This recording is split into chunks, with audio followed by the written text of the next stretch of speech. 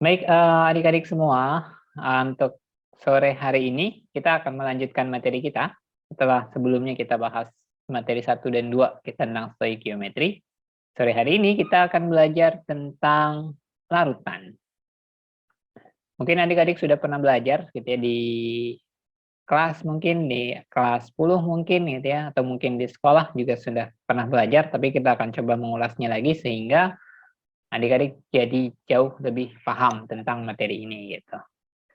Oke, kita mulai ya. Kakak share screen dulu.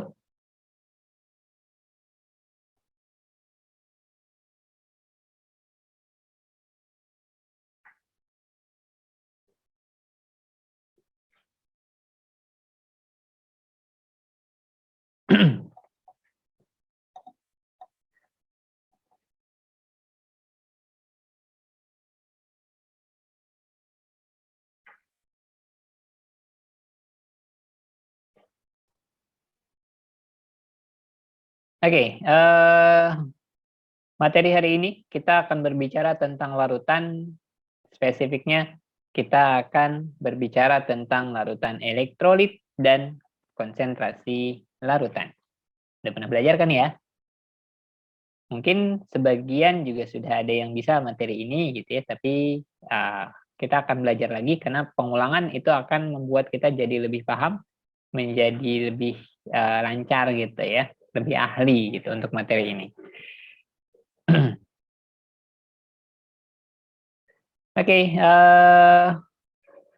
bagian pertama kita nanti akan bahas tentang larutan elektrolit dan non-elektrolit dulu, baru kemudian nanti di bagian kedua kita akan bahas tentang konsentrasi larutannya.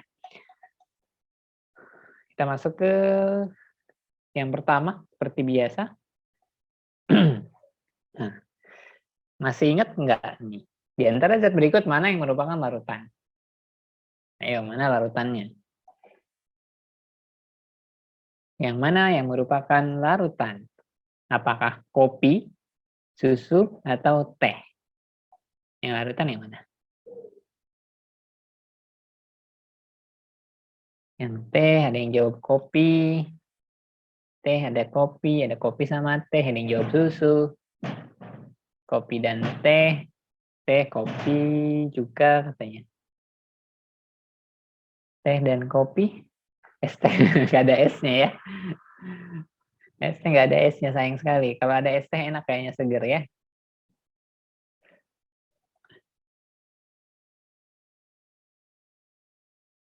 Kopi dan teh, kata Fauzi. Oke. Yang sudah pasti larutan adalah teh. Yang sudah pasti larutan di sini adalah teh. Nah, sekarang kopi larutan bukan sih gitu ya. Kopi larutan bukan sih. Sebenarnya kalau kita ngomongin kopi, nanti jawabannya bisa bermacam-macam, tergantung kopi yang kita pakai atau kopi yang kita bicarakan kopi apa. Kalau kopinya kopi tubruk yang kemudian banyak endapannya, gitu ya, kalau dibiarkan lama-lama mengendap, maka dia bukan larutan, tapi masuknya ke dalam suspensi. Tapi kalau kita ngomonginnya kopi yang tanpa ampas, gitu ya, kopi yang tanpa ampas, kalau kopi yang tanpa ampas itu, dia apa? Kalau kopi tanpa ampas masuknya kira-kira apa? Larutan atau bukan?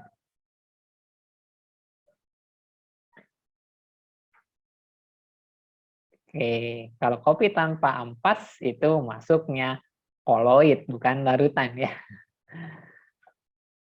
Kalau tanpa ampas bukan bukan larutan, dia bukan larutan, tapi masih koloid gitu.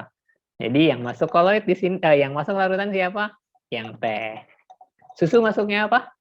Susu masuknya koloid. Tapi kan diseduh, ya iya diseduh gitu. Susu juga kan, susu bubuk diseduh kan? Itu juga masih koloid ya. Jadi yang masuk larutan di sini adalah yang teh. Kalau kopi di sini bisa dalam bentuk koloidnya atau mungkin bisa juga dalam bentuk suspensinya. Teh manis ya itu larutan semua. Nah, kalau koloid yang apa kopi? Kopi kenapa koloid? Karena ukuran partikelnya ukuran koloid gitu. Makanya kenapa dia nggak ada ampasnya? Karena ukuran partikelnya sangat kecil, koloid ya ukurannya. Sama seperti susu. Padatan dalam cairan. Oke, kita lanjutkan ke pertanyaan berikutnya. Apakah semua larutan menghantarkan listrik?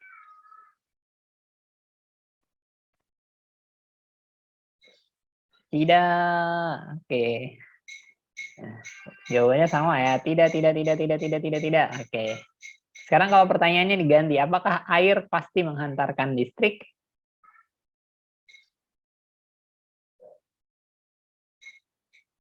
Air, air apakah dia pasti menghantarkan listrik? Iya, iya, tidak. Ada yang iya, ada yang tidak. Jawabannya iya. Semua air menghantarkan listrik walaupun murni. Tapi bedanya nanti adalah di kekuatan daya hantarnya. Kalau yang murni nanti daya hantarnya itu sangat rendah sekali. Jadi seolah-olah mungkin tidak menghantarkan, padahal dia sebenarnya masih menghantarkan listrik. Tapi kecil ya, kecil banget. Gitu. Kalau mau nyobain, silahkan tapi tidak menanggung resikonya ya. Resiko ditanggung sendiri. Oke, kita ke yang berikutnya. Larutan yang dapat menghantarkan listrik lebih baik, mana yang daya hantarnya paling baik? Apakah larutan A atau larutan B? Yang A, yang A, yang A, yang A, yang A, yang A katanya. Yang A semua? Nggak ada yang mau jawab B nih. Yang A, ada yang B, B. Karena banyak elektron. Ada yang B, ada yang sama apanya nih? Oke, jawabannya adalah yang A, benar ya. Oke, jawabannya yang A. Kenapa yang A? Karena muatannya paling banyak. Oke, sekarang kita akan masuk materi. Nanti akan kebahas sendiri nih ya jawabannya untuk si pertanyaan 3 dan pertanyaan 2 tadi. Oke, kita ngomongin tentang larutan. Ya, ini untuk ingat-ingat lagi gitu ya. Apa sih larutan? Yang namanya larutan itu adalah campuran homogen, serba sama antara zat terlarut dengan pelarutnya. Jadi di sini kita sudah tidak bisa membedakan lagi mana mana pelarutnya, mana terlarutnya. Misalnya tadi kopi tubruk, kalau kita masih bisa bedain, oh ini kopinya nih yang ngambang nih, atau ini kopinya nih yang mengendap, oh berarti dia bukan larutan gitu ya, karena kita masih bisa bedain. Tapi kalau misalkan tadi teh, jadi kita bicara teh, kita nggak bisa ngelihat, oh ini airnya nih sebelah sini, oh ini tehnya nih sebelah sini, kan nggak bisa. Dia sudah bercampur secara merata gitu ya, sudah homogen, kita udah nggak bisa bedain lagi tehnya mana, airnya mana gitu. Kecuali kalau di situ ada daun tehnya. Nah, daun tehnya itu sebagai suspensinya gitu ya. Dia tidak larut. Tapi kalau air tehnya itu dia larutan. Nah, kalau berdasarkan daya hantar listriknya, larutan ini kita bagi jadi dua. Ada larutan elektrolit sama ada larutan non-elektrolit. Gitu. Jadi ada yang bisa menghantarkan listrik, ada yang tidak bisa menghantarkan listrik. Kita akan bahas ini.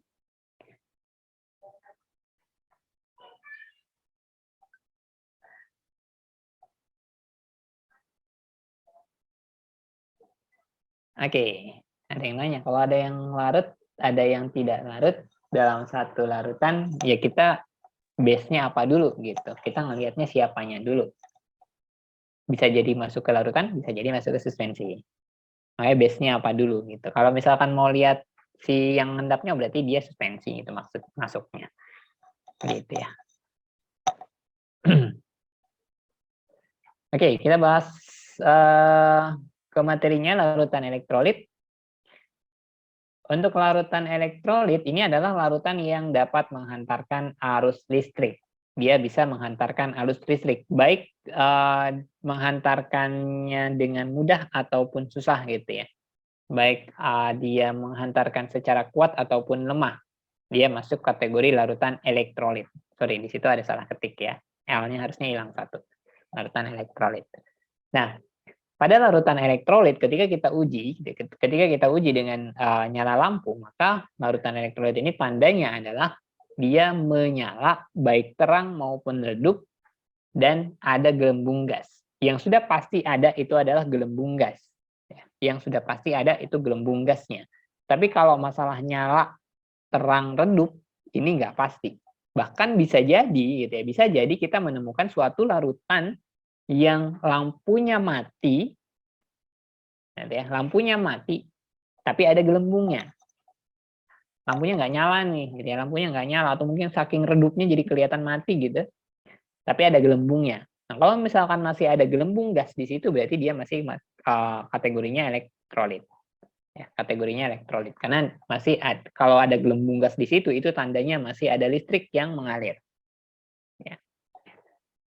Kemudian, pada larutan elektrolit, kenapa dia bisa menghantarkan listrik? Ya, kenapa suatu larutan ini dia bisa menghantarkan listrik? Karena pada larutan elektrolit ini terjadi yang namanya proses ionisasi, atau senyawa-senyawaan yang ada dalam larutannya itu dia terurai menjadi ion-ionnya. Nah, ion-ion ini itu yang akan berperan dalam proses penghantaran listrik. Ya, jadi yang menghantarkan listrik itu adalah ion-ionnya. Keberadaan ion ini yang bisa menghantarkan. Kalau ion-ionnya ini nggak ada, maka dia nggak bisa, gitu ya. Kenapa begitu? Karena yang namanya listrik itu bermuatan. Suatu yang bermuatan kalau mau bisa lewat gitu ya, mau bisa gerak, dia harus melalui perantara yang juga bermuatan. Ya, harus melalui suatu perantara yang dia juga bermuatan. Nah, muatan-muatan yang jadi perantaranya ini adalah ion-ion dalam larutannya itu sendiri gitu. Nah, kemudian berdasarkan derajat ionisasinya, larutan elektrolit ini kita bedakan menjadi dua. Ada yang larutan elektrolit kuat, ada yang larutan elektrolit lemah. Derajat ionisasi ini menunjukkan seberapa mampu atau seberapa besar suatu zat ini dia bisa berubah menjadi ion-ionnya. Apakah semua zatnya itu terionisasi atau berubah menjadi ion-ionnya, atau hanya sebagian kecil saja dari si zatnya ini yang berubah menjadi ionnya. Gitu. Jadi kalau dalam larutan elektrolit, poinnya adalah di sini dia harus punya ion, baik banyak jumlah ionnya ataupun sedikit jumlah ionnya. Sama seperti halnya tadi, misalkan kakak nanya, apakah semua air itu menghantarkan listrik? Iya. Kenapa? Karena air murni sekalipun di situ ada ion yang terbentuk. Ya, karena yang namanya air mungkin adik-adik masih ingat di kelas 11 kita pernah belajar tentang yang namanya autoionisasi air. Autoionisasi air di materi asam basa. Jadi air itu dia akan terionisasi tersendiri walaupun nggak ada zat lain di situ. Gitu ya. Jadi semua air dia bisa menghantarkan listrik. Tapi kalau airnya murni, pasti daya hantarnya lemah gitu ya. Gitu. Jadi poinnya yang masuk larutan elektrolit harus punya ion. Oke. Kemudian tadi berdasarkan derajat ionisasinya kita bagi jadi dua gitu kan. Ada yang namanya elektrolit kuat sama ada yang elektrolit lemah. Nah, untuk yang elektrolit kuat ini adalah larutan-larutan yang senyawaannya itu dia terionisasi sempurna atau nyaris sempurna dengan nilai alfanya 1 atau mendekati 1.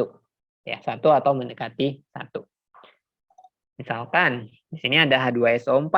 Ketika kita melarutkan H2SO4, gitu ya, kita larutin H2SO4 misalkan ke dalam air, maka H2SO4 ini secara keseluruhan semua molekul H2SO4 akan berubah menjadi H+ dan SO4 2-. Semuanya berubah jadi ini gitu ya. H+ SO4 2- sebagai ion-ionnya. Sedangkan H2SO4 sendiri ini udah nggak ada dalam larutan gitu. Nah, karena dia berubah semua jadi ion, maka kita katakan si H2SO4 ini dia elektrolitnya elektrolit kuat. Begitu juga untuk NaOH. NaOH dia terionisasi sempurna membentuk Na+ dan OH-. NaCl juga sama, garam gitu ya. Dia akan terionisasi sempurna membentuk Na+ dan Cl-. Jadi kalau misalkan ada yang mengatakan ketika NaCl ketemu sama air dia akan bereaksi membentuk NaOH dan HCl, itu salah. Gitu ya. Mungkin adik-adik pernah ada yang dapat apa namanya, kayak pesan gitu ya, pesan berantai di grup WhatsApp gitu ya, untuk mengobati apa gitu pakai garam gitu ya. Banyak karena kakak sering banget dapat itu gitu. NaCl ditambah air jadinya NaOH dan HCl. Itu salah besar. Karena ketika NaCl dalam air, dia tidak akan bereaksi, tapi hanya akan terionisasi membentuk Na+ dan Cl-. Nah, sekarang gimana sih cirinya gitu ya? Gimana sih cirinya suatu larutan ini dikatakan elektrolit kuat? Kalau kita uji, kalau diuji nyalanya, maka elektrolit kuat ini pasti lampunya nyala terang. Lampunya pasti terang dan gelembungnya pasti banyak. Ya, gelembungnya pasti banyak. Ya, elektrolit kuat, lampunya pasti terang, gelembungnya pasti banyak. Gitu. Nah, golongannya apa aja? Kan biasanya yang ditanya itu mana yang termasuk elektrolit kuat, mana yang termasuk elektrolit lemah, mana yang non elektrolit gitu kan. Nah, kita harus tahu nih golongannya apa aja sih yang masuk dalam kategori elektrolit kuat. Untuk mudahnya, karena ini adik-adik kan sudah pernah belajar tentang asam basa gitu ya, sudah pernah belajar tentang asam basa garam. Nah, yang masuk kategori elektrolit kuat ini adalah senyawa-senyawaan asam kuat, kemudian senyawaan basa kuat, dan senyawaan garam. Ya. Asam kuat, basa kuat ini dia pasti masuk kategori elektrolit kuat. Untuk garam, di sini sebenarnya kita harus hati-hati karena ada garam-garam yang elektrolitnya lemah. Cuman biasanya kalau untuk materi-materi seperti ini,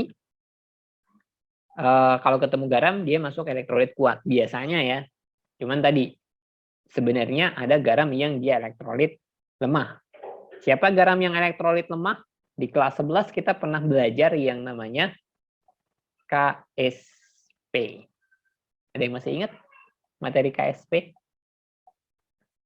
Kelas 11 gitu ya, materi kelas 11 terakhir malah sebelum koloid. Kita belajar KSP, ngomongin tentang garam yang sukar larut dalam air. Nah, itu dia masuknya elektrolit lemah. Gitu. Cuman biasanya kalau di materi elektrolit, kalau ngomonginnya garam, ya biasanya masuk kategori elektrolit kuat. Gitu. Gitu ya. Oke. Nanti PPT silakan minta ke kakak hostnya ya. Mengapa senyawa-senyawa asam kuat, basa kuat, garam yang volatil saat bereaksi menimbulkan gelembung dalam larutannya? Tolong jelaskan mekanisme terbentuknya gelembungnya, Kak. Garam yang volatil. Maksudnya garam volatil gimana? Apakah semua garam volatil? Apakah senyawaan garam yang harus volatil untuk yang elektrolit kuat? Tahu volatil? Tahu volatil nggak? Nah, volatil dia mudah menguap. Volatil itu mudah menguap ya, bukan mudah larut. Jadi beda antara volatil sama larut, itu beda. Nah, saat bereaksi menimbulkan gelembung dalam larutannya. Bereaksi sama siapa? Ini kan sebenarnya H2SO4 dilarutkan dalam air gitu kan, terus dia akan muncul gelembung kalau ditambahin listrik, ya kan? Ketika ditambahkan listrik ada gelembung. Gelembungnya dari mana? Dari reaksi. Iya, munculnya dari reaksi. Tapi siapa yang bereaksi, kan? Kalau kita ngomonginnya asam, maka yang bereaksi adalah H+. H+ dia akan mengalami reduksi membentuk H2. Jadi yang muncul adalah gelembung H2. Dan juga reaksi oksidasi dari air. Oksidasi dari air itu akan menghasilkan gas oksigen. Ya, jadi ketika kita mereaksikan asam, misalkan H2SO4, kemudian kita uji nyala, ada gelembung. Gelembungnya itu siapa? Gelembungnya adalah gas H2 dan gas O2. Nah, itu yang kemudian nanti digunakan sebagai alternatif bahan bakar gitu ya. Ada H2-nya dan O2-nya. H2 itu mudah terbakar gitu kan. Ada suplai oksigen juga di situ. Nah, itu bisa terbakar. Gitu. Jadi gelembungnya yaitu ada H2 sama O2. Tapi kalau misalkan kita pakai HCl, maka gelembung yang muncul itu adalah gelembung dari gas H2 dan gelembung dari gas Cl2. Jadi tergantung nanti apa yang kita reaksikan, apa yang kita masukkan gitu ya. nanti materi ini, gelembung-gelembung itu, gitu ya, gelembung-gelembungnya apa, itu kita akan pelajari di materi elektrokimia. Spesifiknya di materi elektrolisis. Materinya nanti di 3 materi ke depan mungkin ya, atau 4 materi ke depan. Itu kita akan belajar reaksi-reaksi itu.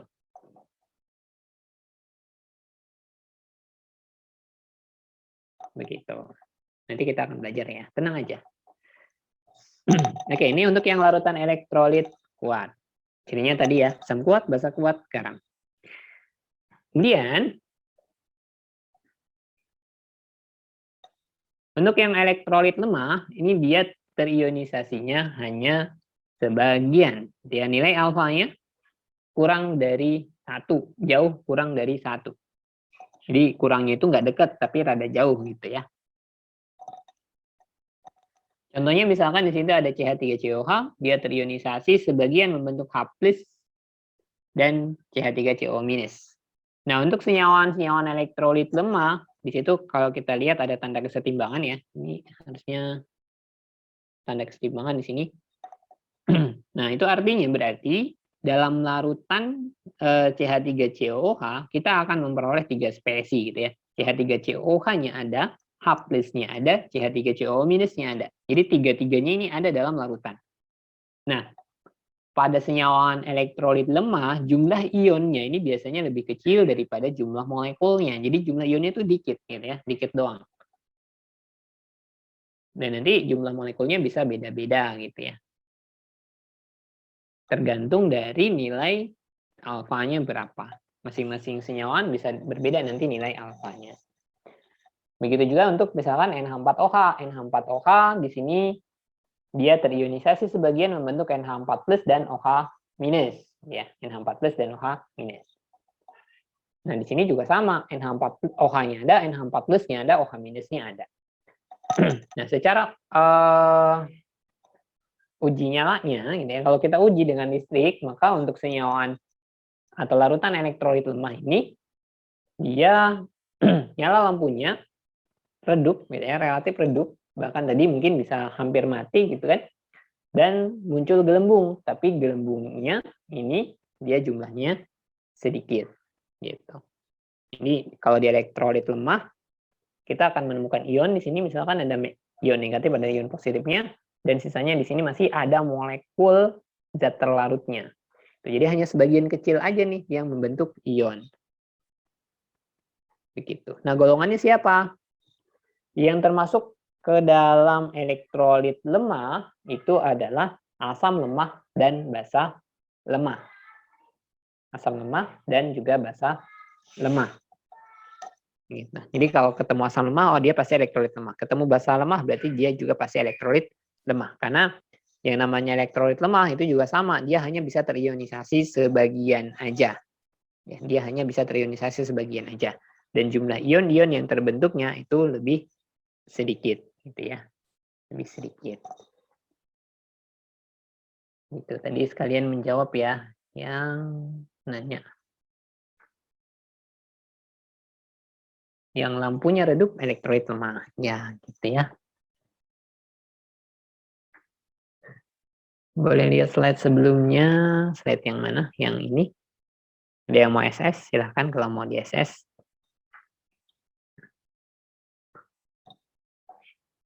Sudah? Oke.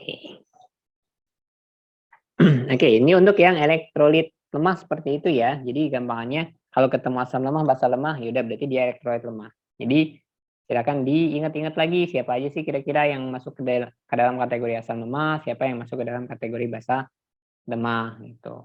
Selain CH3COH kan masih banyak ya. Ada misalkan H2CO3, 3PO4, HNO2, HCN, T dan lain-lain.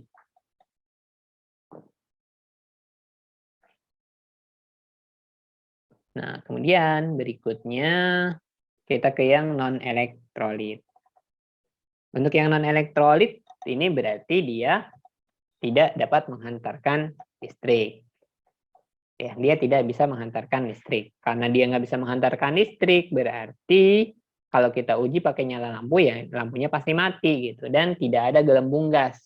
Gitu ya. Tandanya Kalau dia nggak ada listrik, berarti nggak ada gelembung gasnya. Karena kalau ada listriknya, berarti nanti kita akan memperoleh gelembung gas. Nah, senyawa elektrolit ini adalah senyawa yang dia tidak terionisasi sama sekali. Senyawanya jadi utuh gitu ya. Senyawanya utuh, derajat ionisasinya 0. Jadi yang akan kita peroleh dalam larutan itu hanya molekul pelarut dan molekul zat terlarut. Jadi semuanya dalam bentuk molekul tanpa ada ion. Tanpa ada ion yang terbentuk. Contohnya apa? Contohnya misalkan ini ya glukosa, sukrosa, urea, alkohol gitu ya. Ini adalah contoh-contoh untuk senyawaan non-elektrolit. Biasanya untuk senyawaan-senyawaan non-elektrolit ini adalah senyawaan-senyawaan organik. Ya, biasanya senyawaan-senyawaan organik. Nah, sebelumnya ini sudah. Oke. Ya, jadi biasanya senyawaan-senyawaan organik dan dia bukan senyawaan asam atau basa. Bukan senyawaan asam atau senyawaan basa. Nah, untuk senyawaan yang sering keluar ya ini gitu ya, glukosa, sukrosa, urea, alkohol. Ini yang paling sering ketemu untuk senyawaan non-elektrolit. Begitu. Nah, ini secara gambarannya untuk yang non-elektrolit semuanya dalam bentuk molekul. Ini molekul zat terlarutnya gitu ya. Dihubungin sama molekul air, ini yang hitam, merah, putih-putih ini adalah molekul air. Jadi semuanya masih dalam bentuk molekul. Ini juga sama, masih dalam bentuk molekul, tapi ada sedikit yang berubah menjadi ion. Di sini ada muatan positif misalkan gitu ya. Jadi sedikit ionnya. Sedangkan kalau di yang elektrolit kuat, zat terlarutnya ini semuanya berupa ion. Jadi air-air ini dia mengelilingi ion-ion yang ada di sini. Begitu. Oke. Nah, mungkin udah tahu nih, apa kira-kira jawabannya pernyataan berikut yang merupakan konsep elektrolit. Mana yang benar?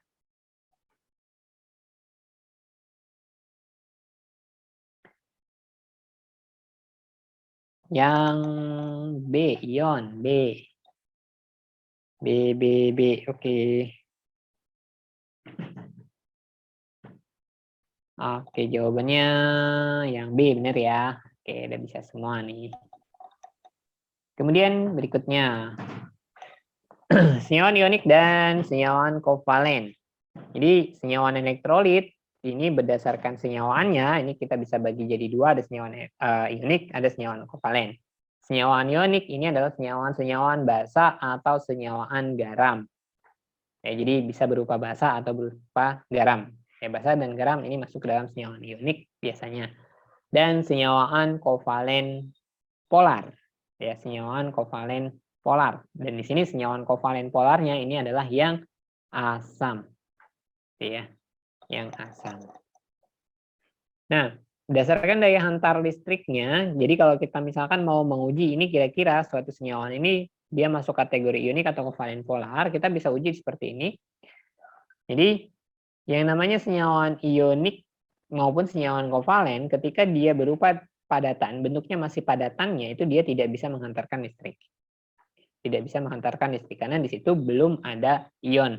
Nggak ada ion-ion yang terbentuk. Beda sama logam misalnya ya. Kalau logam kok dia padatan tapi menghantarkan listrik, karena di situ ada ion-ionnya, ada muatan-muatannya. Nah, sedangkan ketika kita rubah bentuknya, wujudnya ke dalam bentuk lelehannya, senyawaan ionik ini dia sudah bisa menghantarkan listrik.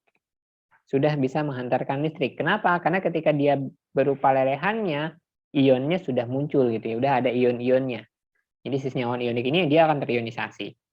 Kan kita tahu bahwa senyawaan ionik itu terbentuk akibat adanya interaksi antar ion gitu ya. Jadi ketika dalam bentuk lelehan, senyawaan ionik ini akan terionisasi.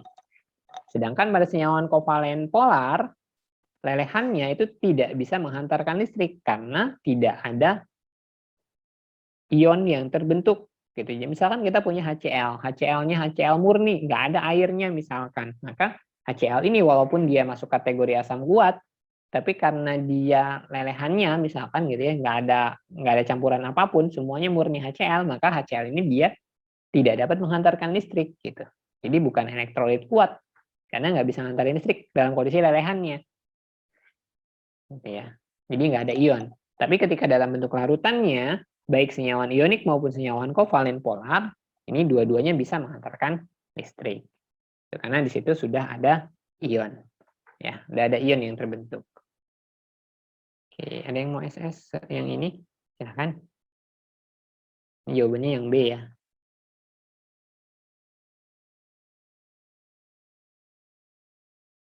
Oke. Kemudian, yang ini soal yang ini. Yang mengantarkan listrik paling baik yang mana? Yang tadi, kenapa lelehan ionik bisa menghantarkan listrik? Karena senyawan ionik ketika dalam bentuk lelehan, dia terionisasi. Oke, yang soal nomor 2, sudah banyak yang jawab. Jawabannya yang E, yang E, yang E, yang E, yang E, yang E. Oke, jawabannya E semua. Dan jawabannya benar, yang E ya. Kenapa yang E? Nah, kita tinggal lihat sifatnya aja ya. Kalau yang A, C12, H22O11, ini non-elektrolit. Kemudian yang B, ini juga non-elektrolit, glukosa. Yang C, ini elektrolit lemah, CH3COH. C2H5OH, dia non-elektrolit. Dan NaCl, dia elektrolit kuat. Oh ya udah, pasti elektrolit kuat.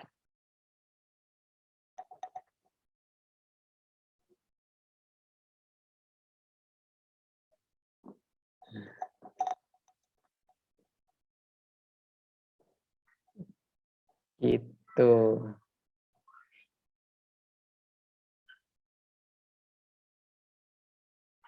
Kalau sabun tanpa campuran air berarti dalam bentuk lelehan bisa menghantarkan listrik ya Kak. Seharusnya bisa. Seharusnya bisa walaupun mungkin akan lemah gitu ya karena kalau di sabun itu kan lebih banyak bagian non polarnya dibandingkan bagian polarnya. Tapi seharusnya sih masih bisa walaupun mungkin sedikit. HCl itu gas ya, HCl itu gas. Dia gasnya biasanya. Cara cek elektrolit atau non elektrolit selain dari hafalan, paling mudah hafalan. Paling mudah hafalan. Gitu, paling mudah hafalannya. Karena kan tadi sebenarnya dilihat dari dia bisa terionisasi atau enggak.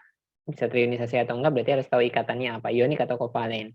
Ionik pasti menghantarkan. Kalau kovalen biasanya hanya senyawan-senyawan asam aja. Gitu. Selain senyawan asam atau senyawan basa, dia nggak terionisasi. Gitu ya. Oke, kita masih ada materi. Konsentrasi larutan, nah ini yang hitung-hitungannya. Masih ada waktu kurang lebih 15 menit. Kita lanjut lagi ya. Nah, untuk yang konsentrasi larutan, mungkin ini sudah juga pernah dipelajari, apalagi yang pertama ini, molaritas. Di kelas 11 sudah sangat familiar sekali kita dengan molaritas. Konsentrasi molaritas ini adalah konsentrasi yang menunjukkan jumlah mol zat terlarut dalam setiap liter larutan. Dalam setiap liter larutan ya. Ini volumenya adalah volume larutan. Atau bisa kita pecah di sini rumusannya, berarti massa zat terlarut per mR dikali 1000 per volume. Kalau molalitas mirip tapi beda. Kalau molal, ya hati-hati ketukar molar sama molal. Kalau molar di sini menunjukkan jumlah mol zat terlarut dalam setiap kilogram pelarut. Kelihatan bedanya? Kalau molaritas di sini dia volume larutan, ya volumenya volume larutan yang digunakan, sedangkan dalam molalitas yang digunakan adalah massa pelarutnya. Ini pakai volume, ini pakai massa. Molaritas pakai larutan, molalitas pakai pelarut. Gitu ya, bedanya di situ. Tapi secara rumusan mirip. Massa per mR dikali 1000 per P, itu atau massa pelarutnya. Gitu. Jadi mirip ya, ini rumusannya mirip sekali. Kemudian ada fraksi mol, konsentrasi yang berikutnya ada fraksi mol, yaitu dia menunjukkan perbandingan mol suatu zat terhadap mol total larutan. Jadi kalau kita rumuskan, kalau kita misalkan mencari berapa fraksi mol dari zat terlarut, oh berarti mol terlarut per mol terlarut ditambah mol pelarut. Nah ini kita jumlahkan ya. NT plus NP-nya ini sebagai mol total. Mol total dalam larutan. NT ini adalah mol dari zat yang mau kita cari fraksinya. Jadi yang berubah cuma atasnya doang sebenarnya gitu ya, rumusan fraksi itu. Kalau XT berarti ya pakainya NT, kalau XP ya pakainya NP. Tapi rumusan bawahnya ini akan tetap sama, karena yang bawahnya pasti mol total. Nah, XT ditambahkan XP ini akan selalu sama dengan 1. Ya. Mirip dengan persentase, ketika persentase dijumlahkan pasti totalnya 100%. Tapi untuk fraksi, karena di sini nggak ada pengali 100-nya, maka nilai totalnya itu akan selalu sama dengan 1. Begitu. Kemudian ada persen massa. Persen massa ini dirumuskan massa suatu zatnya terhadap massa total larutan dikali 100%. Ini sebenarnya sih kayak kita ngitung persentase biasa aja gitu ya. Tinggal massa yang mau kita cari, persentase siapa, dibagi dengan massa total larutannya berapa dikali 100%. Nah, biasanya persen massa ini kita gunakan untuk dikonversi ke dalam bentuk satuan konsentrasi yang lain. Ya, misalnya kita mau hubungkan dia dengan molaritas. Ya, kita hubungkan dengan molaritas, maka rumusannya akan berubah seperti ini. Molaritas sama dengan 10 dikali rho dikali persen T-nya, atau persen T itu ini ya, persen massanya per MR. Gitu. 10-nya dari mana? 10 itu hasil dari penurunan rumus ya. Rho ini massa jenis. Ini massa jenis. Kalau untuk yang lain gimana? Yang lain juga sama aja. Sebenarnya sih secara prinsip si persen massa ini kita anggap sebagai massa. Persen massa zat dianggap sebagai massa zatnya itu sendiri. Jadi kalau misalkan persentase dari urea 20%, maka kita menganggap ureanya sebanyak 20 gram. Gitu. Kalau mau dirumuskan ya nanti munculnya jadi seperti ini gitu ya. Untuk fraksi mol, karena mol itu adalah massa per mr, jadinya persen per mr. Sini juga sama. Untuk molaritas tadi sudah di sini. Kalau untuk molaritas, berarti masanya kita ganti aja jadi persen gitu ya. Persen per mr dikali 1000 per 100 dikurangi persentase. Kenapa di sini 1000 dikurangi persen? Sorry. Kenapa 100 kurangi persen? Karena total persentase itu kan 100 gitu ya. Jadi di sini adalah persentase sisa, gampangannya seperti itu. Ini persentase sisanya. Nah, kita akan langsung ke contoh aja, mungkin lebih enak gitu ya. Nah, misalkan soal yang pertama ini, untuk membuat 500 ml larutan NaOH dengan konsentrasinya 0,2 molar, diperlukan NaOH, air Na-nya 23, O-nya 16, dan H-nya 1 sebanyak. Oke, di situ ada kesalahan ya. Harusnya A-nya kecil untuk Na. Nih, H-nya kecil harusnya. Oke, nah ini berapa nih? Gitu kan? Karena yang ditanya molaritas, nanti kakak share aja deh ya slide-nya ya. Untuk molaritas, ya udah tinggal masuk rumus molaritas aja gitu ya. Rumus molaritas. Molaritas ini sama dengan massa per mr dikali 1000 per volume. Nah, ya udah masukin aja angkanya gitu. Molaritasnya ada, mr-nya tinggal dihitung, volumenya juga ada. Molaritas kita masukkan angkanya 0,2. Kemudian massa yang dicari per mr-nya 40. Nyari mr masih ingat ya, kita jumlahkan nilai AR-nya. NaOH, ini A-nya kecil ya. Ini harusnya A-nya kecil. Nanti yang kakak share yang versi benernya ya. Ini A-nya kecil. Berarti kalau nyari AR, ini R-nya juga kecil. Jadinya ARNA ditambah ARO ditambah ARH. Totalnya 40. Kali 1000 per volumenya 500. Ya udah tinggal dihitung. Coret-coret deh. 1000 dibagi 500 dapat 2. 2 dibagi 0,2 jadi 0,1. 40 kali 0,1 berarti masanya adalah 4 gram. Aman sih, Pak. Oke, bisa ya, gampang ya. Oke. Bisa yang ini? Bisa. Bisa.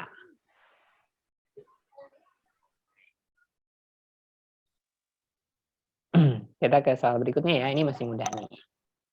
Nah, yang ini gimana? Larutan kalium hidroksida 56%. Berat memiliki massa jenis 1,5 gram per mililiter.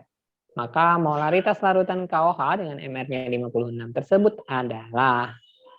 Nah, di sini kita punya data persentase, terus kemudian massa jenis, kemudian ada MR. Gimana ngitungnya? Tinggal masuk rumus aja. Apa rumusnya? Ada yang masih ingat tadi rumusnya? M sama dengan 10 10 Rho dikali Rho dikali persen persen per MR ya. Per per. MR. Oke, ini rumusnya. Ini dibalik-balik terserah deh ya. Nah, tinggal masukin angkanya aja. Persentasenya 56, ya udah kita tulis 56. Kali Rho-nya 1,5, kemudian kali 10 per 56. Di sini persentase kita nggak usah buat 56/100 gitu ya, nggak usah. 56 ya udah 56 aja gitu tulisnya ya, langsung. Nah, ini tinggal coret nih 56 sama 56, habis tinggal 1,5 kali 10, berarti dapat 15. Wah, sudah mau habis waktunya ya. Bisa yang ini? Bisa ya? Masih mudah kan? Tinggal masukin angka. Kita lanjut. Soal berikutnya.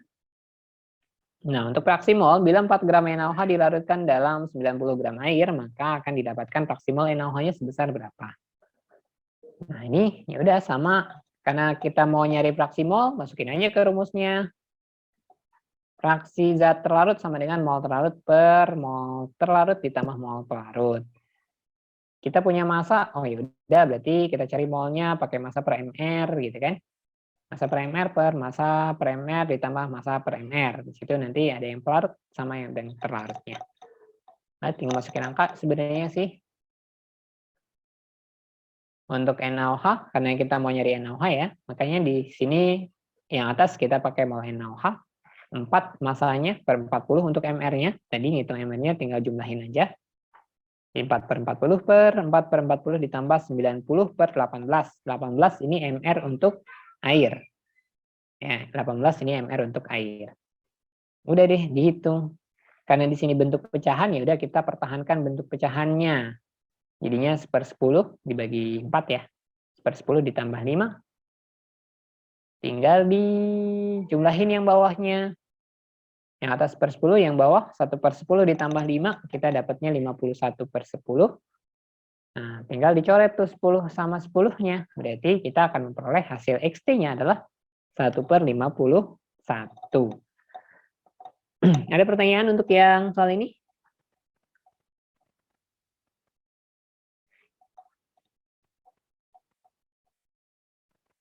Ada? Atau sudah bisa?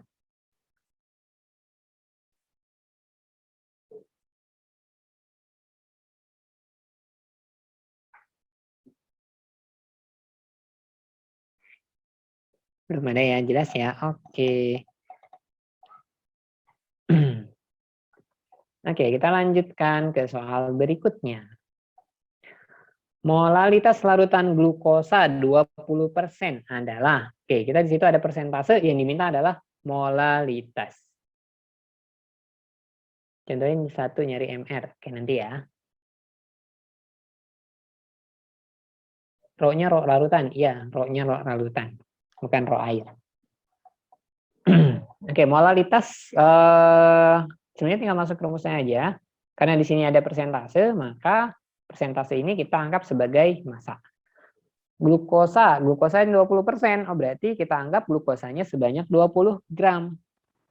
Sisanya punya siapa? Sisanya punya pelarut. Di sini misalkan kita pelarutnya pakai air misal.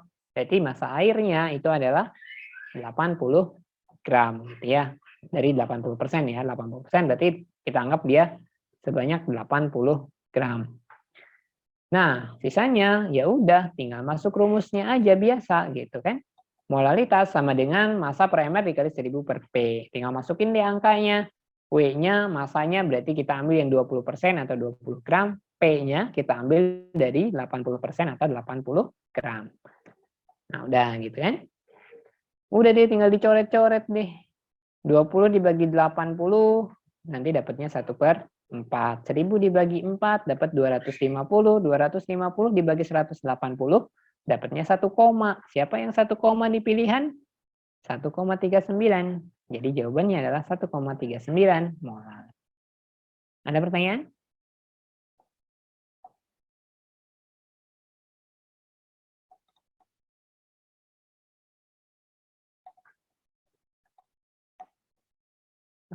Oke, ada yang minta contohin hitung MR ya. Misalkan kita ngitung MR ini nih. Bentar. Misalnya kita mau ngitung MR urea. Urea rumus molekulnya CO NH2 dua kali. Ini karena nggak bisa subscribe ya. Jadi ya udah duanya gitu aja. Hitung MR-nya gimana? Hitung MR-nya tinggal jumlahin AR-nya aja. Di situ ada C, berarti ARC. Ditambah, di situ ada O, berarti tambah ARO. Ditambah, ada apa lagi? Ada N. ARN. ARN-nya ada berapa? N-nya di sini ada, ini kan 1 nih, di NH2. Tapi di luarnya ada 2, berarti 1 kali 2. 2, oh berarti di sini 2 kali AR dari si N. Ditambah. Terus di situ ada H gitu kan. H-nya di sini ada 2, di luarnya ada 2. Berarti ini kita kalikan keluar. 2 kali 2, 4. Oh, berarti 4 kali HR dari H gitu. Tinggal jumlahin deh, masukin angkanya. ARC 12 ditambah ARO 16 ditambah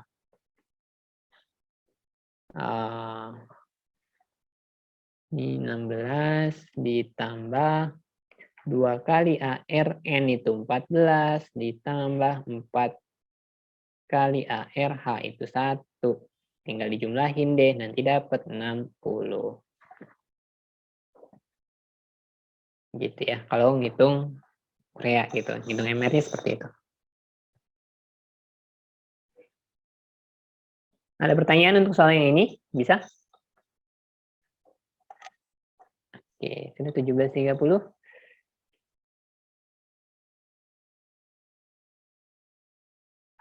Bisa ya? Oke, sip.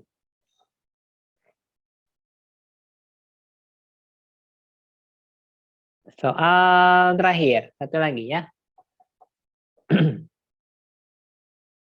Suatu larutan dibuat dengan melarutkan 6 gram urea, CONH2 2 kali, MR-nya 60, dan 45 gram glukosa, C6H12O6, MR-nya 180 ke dalam 500 gram air. Berapa molaritas larutan tersebut? Nah, di sini kita nyampurin nih. Ada 2 zat terlarut. Ada urea sama ada glukosa. Terus ditanya adalah molalitas. Ya udah sama aja sebenarnya sih, tinggal masukin rumus aja. Rumus molalitas kan ini ya. Molalitas sama dengan mol terlarutnya dikali 1000 per P. Ini NT itu kan dari massa per MR ya. Kalau tadi ditulisnya W per MR, W per MR itu mol, jadi sama aja seperti ini. Nah, karena di sini ada 2 zat, ada urea dan ada glukosa, maka mol yang kita gunakan itu adalah mol total.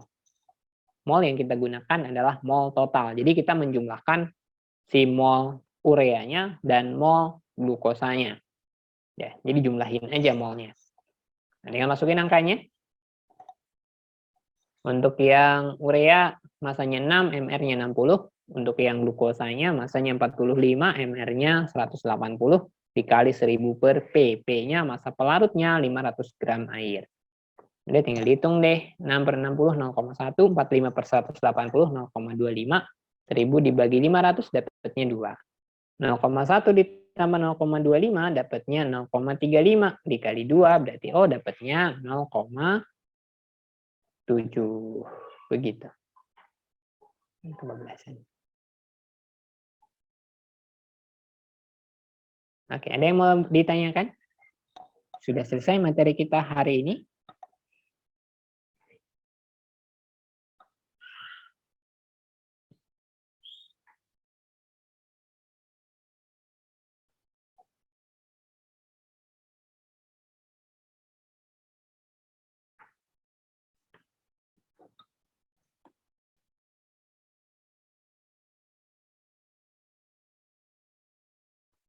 Soal sebelumnya yang ini, silakan. Bisa ada yang mau ditanyakan? Atau sudah bisa semuanya? Rumus molekul empiris itu materi stoikiometri, ada di stoikiometri 2. Materi stoikiometri 2, rumus empiris, rumus molekul.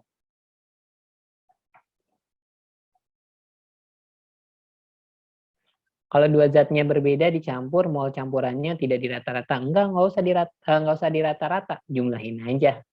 Langsung dijumlahin aja, nggak usah pakai rata-rata. Kan tadi yang namanya molalitas itu menunjukkan jumlah mol zat terlarut dalam setiap kilogram pelarut, ya, dalam setiap kilogram massa pelarut. Jumlah mol zat terlarut, ya udah jumlahin aja, nggak usah dirata-ratain ya. Gitu.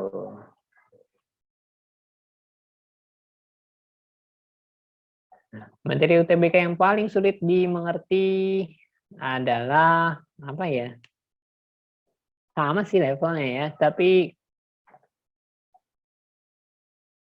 apa namanya? Mungkin stoikiometri itu yang lebih menantang. Kalau yang lain sebenarnya tergantung kemampuan kita sih, tergantung kemampuan kita. Tapi bisa insya Allah.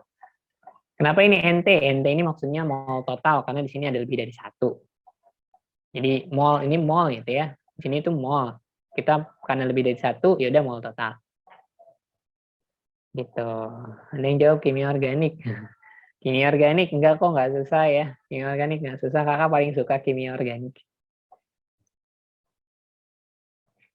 Gitu. Paling sulit dipahami ya nggak ada yang sulit. Tinggal kitanya aja gitu. Tinggal kitanya aja. Stoikiometri yang mana? Yang bagian akhir, hitungan reaksi biasanya yang paling sering ketemu itu. Paling sering ketemu. Nggak susah sih sebenarnya, nggak susah ya, nggak susah. Tapi itu yang paling sering ketemu gitu kan. Kalau yang susah-susah ya itu tergantung kitanya aja. Kalau buat kakak yang susah yang mana? Nggak ada sih levelnya, maksudnya ya masih standar lah gitu ya. Soalnya nggak terlalu susah. Kimia unsur iya, kimia unsur nggak ada rumusan, semuanya hafalan. Bahkan di UTBK sangat jarang sekali keluar ya kimia unsur ya, tenang aja.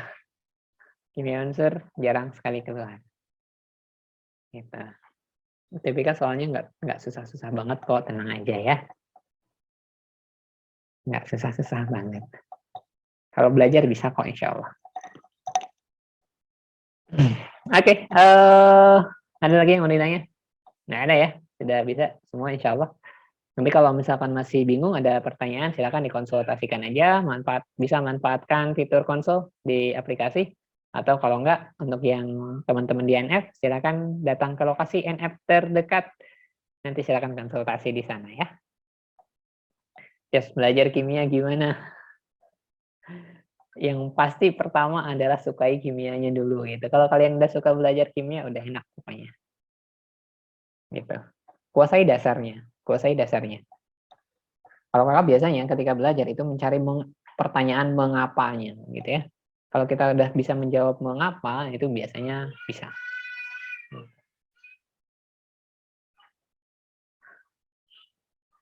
UTBK harus hafal SPU, nggak usah, kakak juga nggak hafal 100% kok. Dari 118 unsur paling berapa doang yang hafal, nggak semuanya, nggak usah. Nggak usah dihafalin, nggak usah semuanya ya. Kalau mau dihafalin beberapa aja cukup. Gitu.